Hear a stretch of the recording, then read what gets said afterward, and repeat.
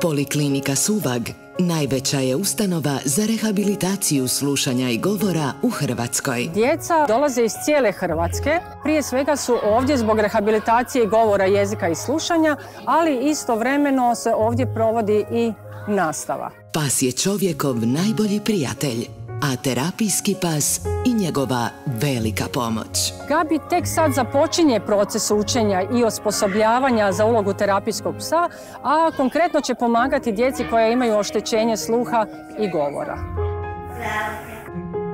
U situacijama stresa, uznemirenosti, Gabi, zahvaljujući svojim empatičnim sposobnostima, najprije prilazi onom djetetu koje je uplakano, sjeda uz njegove nogice, liže mu papučice, a dijete se automatski opušta i smiruje.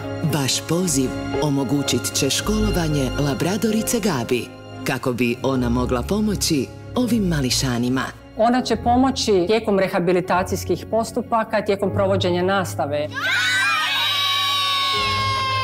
Nazovite ovaj broj da Gabi može ostati s nama. Nazovite 060 9007.